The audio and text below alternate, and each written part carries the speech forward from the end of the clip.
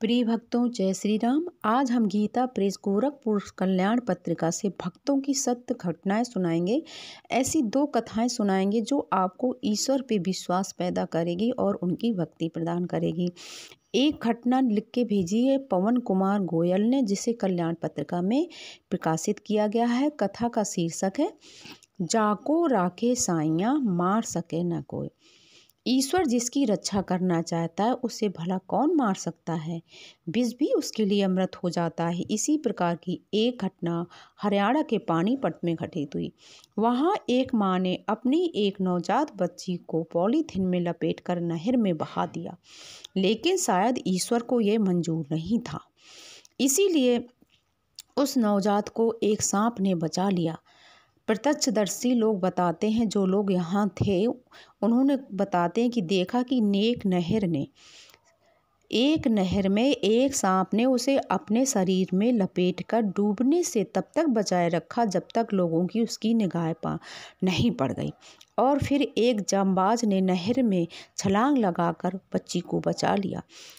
ये घटना रविवार 30 अगस्त सन 2008 ईस्वी की दोपहर की है।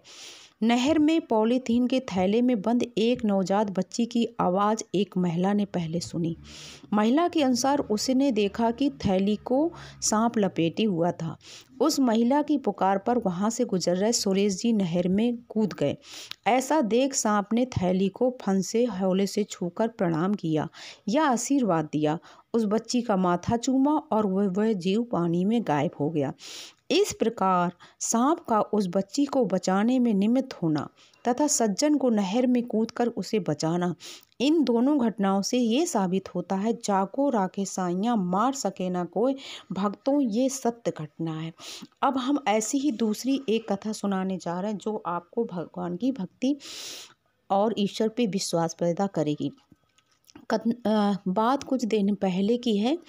धोरा जी के समीप छाबड़ावद गांव में भगा ठक्कर की एक छोटी सी झोपड़ी थी।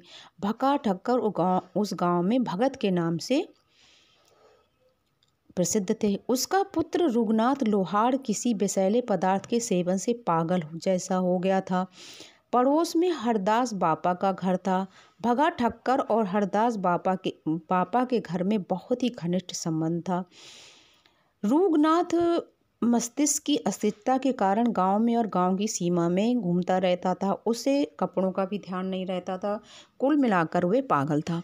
एक दिन रात्रि के 12 बजे हरदास बापा की पत्नी पूर्णिमा अपने 2.5 वर्षीय पुत्र लक्ष्मण को गोदी में लेकर सोई थी और रुगनाथ के रात्रि में इधर उधर घूमने की बात से सभी गांव के लोग जानते थे। अब रुगनाथ जो कि पागल था, तो उसने पूरी माँ को अर्ध निद्रा में देखा और रुगनाथ ने छोटे से लक्ष्मण को चारपाई से खींच लिया और एक समीप खड़ी बड़े से पत्थर पर पटक दिया। यानी छोटे 2.5 साल के बच्चे को पत्थर में पटक दिया। लक्ष्मण की चीख निकली, परंतु वह चीख आखिरी थी। पूरी माँ जागकर उठ बैठी। इतने ही में ही देखा तो रुगनाथ भाग चुका था। पूरी माँ ने देखा कि उनके प्यारे पुत्र की खोपड़ी फटी पड़ी है। ऐसा भयानक दृश्य देखते हुए भी पूरी माँ ने अपने बालक को गोद में उठा लिया। अब सब लोग समझ गए कि ये गांव के रुगनाथ का ही काम होगा। पूरी माँ ने शांति भरे ईश्वर में युवकों से कहा, भैया, रुगनाथ को कोई मत मानना। इसके हाथ मेरे लक्ष्मण की मृत्यु हो गई है। पूर्व जन्म में ये लक्ष्मण का शत्रु होगा। परंतु युवक नहीं माने और उन्होंने रस्सी से हाथ पैर बांधकर रुगनाथ की कोठरी में बंद कर दिया। प्रातःकाल पुलिस थाने में हरदास बापा ने या पूरी माँ ने, किसी ने भी रुगनाथ की कोई रिपोर्ट नहीं की और उल्टे रुगनाथ को पागल से सीधा बनाने के प्रयत्न प्रारंभ कर दिए। प्रतिदिन रात्रि को हरदास बापा के यहाँ रामायण की कथा होती। गांव के भावुकजन इस सत्संग को लाभ लेते। पूरी माँ नित्य रात्रि में रुगनाथ को कथा में बुलाती। इस प्रकार से बराबर उसको सत्संग कराती। आप लोग विश्वास नहीं करेंगे। इस प्रकार पागल हुआ रुगनाथ 6 महीने में धीरे धीरे सत्संग से प्रभाव से स्वस्थ हो गया और उसने कुछ समय पश्चात अपनी दुकान पर पुनः कार्य प्रारंभ कर दिया। ये एक पागल की क्रूरता की घटना है, लेकिन आप देखिए उनके पड़ोसियों ने उनको सुधार किया। जय श्री राम।